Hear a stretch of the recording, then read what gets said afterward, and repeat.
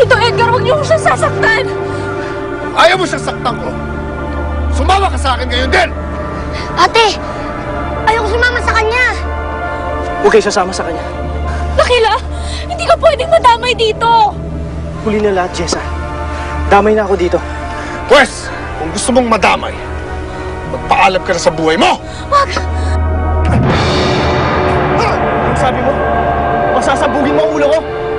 Jessa, paano ba ganahin to? Hindi! Nagbibiro lang naman ako eh! Jessa! Wag! Sige na! Wag! Talikod pa. Tatakbo na! Tatakbo rin pala eh. Oh, bitiwan mo na yan! Ha? Bitiwan mo na! Hoy! Huwag mo tututok siya! Mamaya makalabit! Yan! Dali. Ayos lang ba kayong dalawa? Salamat ah.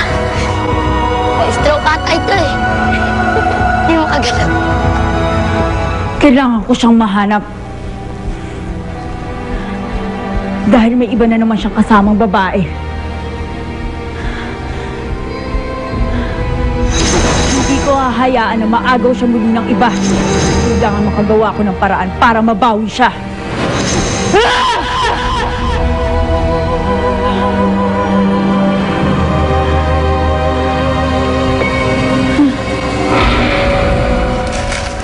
Ang galing mo talaga makipagsantukan. Saan mo natutunan yun? Sa aking ama, pati sa mga guro ko sa tribo. Galing naman. Pwede ba? Pakilala mo sa mga nagturo sa'yo para naman magaling na rin ako mag-karate. Tapos matulungan ko na rito si ate. Magpagtanggol ko na yan. Maaaring ako na magturo sa'yo, kung nais mo. Talaga? Ay, ikaw muna nga kulitin si Dakila. Oh, bakit naman hindi? Alam mo, marami nang naitulong sa atin yan. Maraming salamat ah. Walang ano man yun, Jessa. Masaya ako, nagkasama na kayong magkapatid. Namiss ko tong makulit na to eh. Ate naman, masyadong maisipin ng Dakila eh. Masyado tayong close. Ang yabang nito at bakit? Ano naman ngayon? Eh, di ba bawasan yung pagka-cutie points kayo para ako nagiging bata eh? Nox! Arte nito! Ba't? Jessa, saan na kayo patungo niyan? Baka umuwi muna kami sa probinsya ni Itay. Siguro, doon kami magsisimula.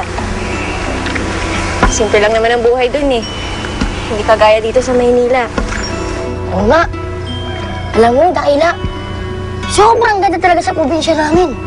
Gusto mo, sama ka na lang sa amin. Uy, ano ka ba? Hindi na pwede sumama si Dakila doon. May mga bagay na dapat asikasuhin yan. Bakit? May pamilya ka bang pupuntahan, Dakila?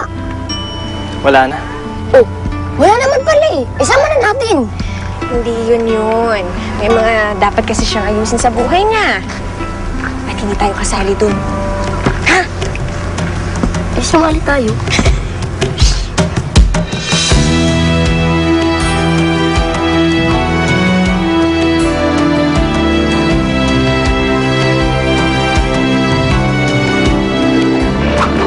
Ginawa akong lahat para suyugin siya. Pero ginago niya ako. Hindi ako papayag. Parurusahan ko pamangkin mo, pati lalaki niya. Pagsisisihan ni Jess ang pagtalikod niya sa akin. Sayang.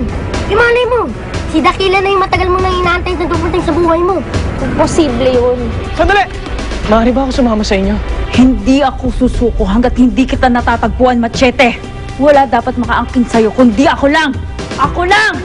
Tingin ko natuluyan na yan. Lalo na ngayon, nawawala yung estatwa niya, di ba? Hindi lang naman ang estatwa niya nawala eh. Ano nangyari sa bridesmaid ko? Machete.